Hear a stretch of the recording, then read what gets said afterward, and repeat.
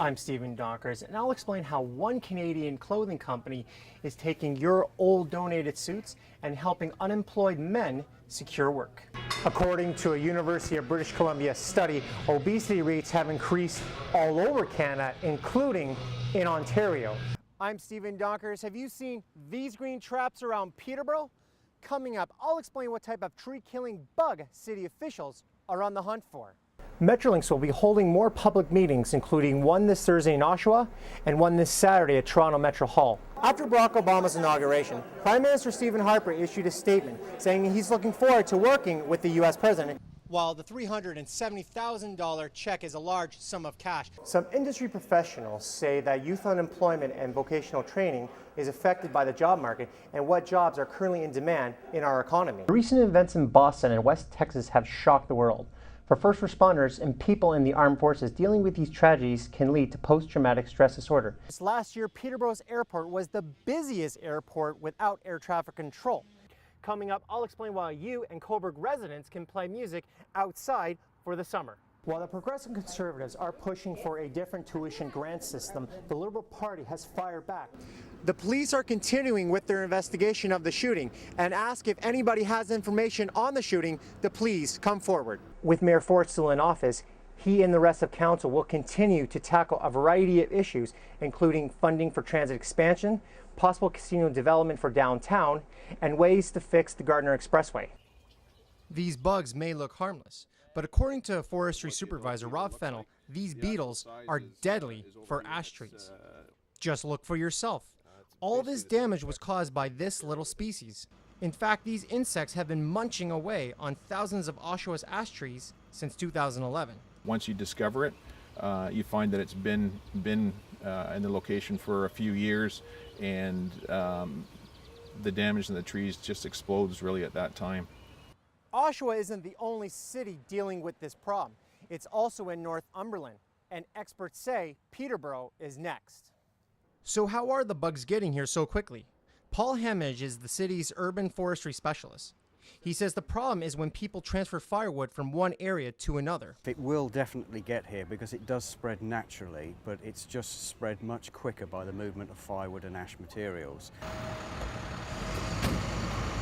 And even though the insects haven't wreaked havoc on trees in Peterborough yet, Hemmage and his crew aren't taking any chances.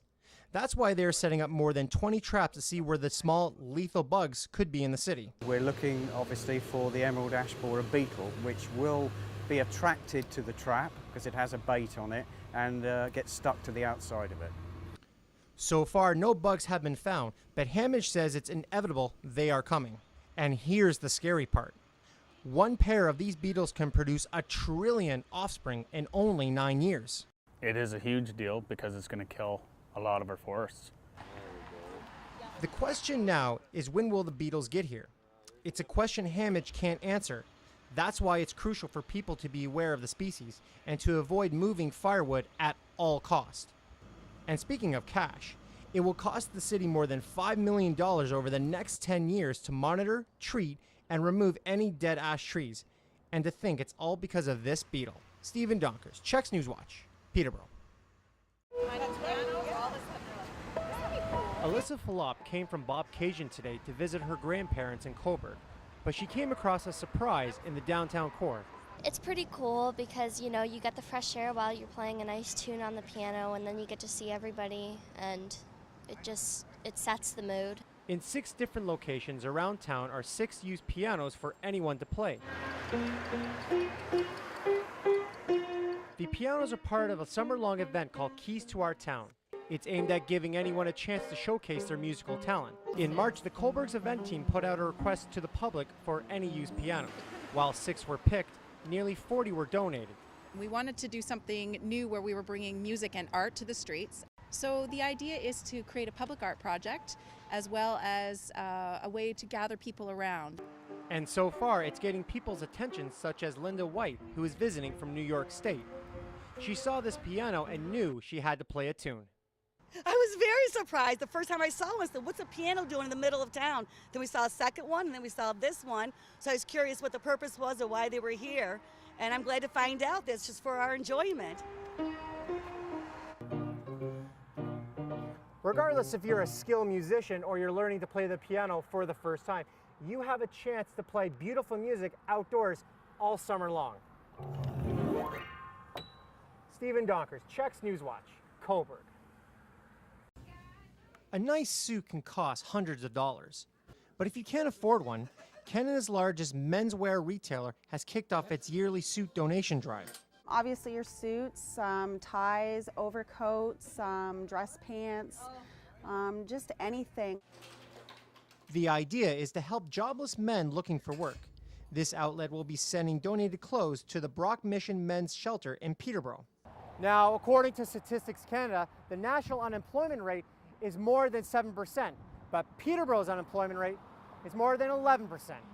And with high local unemployment, a good appearance can help score a job when going to an interview. It's the first impression, right? So if an employer sees you for the very first time and you're dressed appropriately, that shows to them that you're professional, you're going to be ready to go.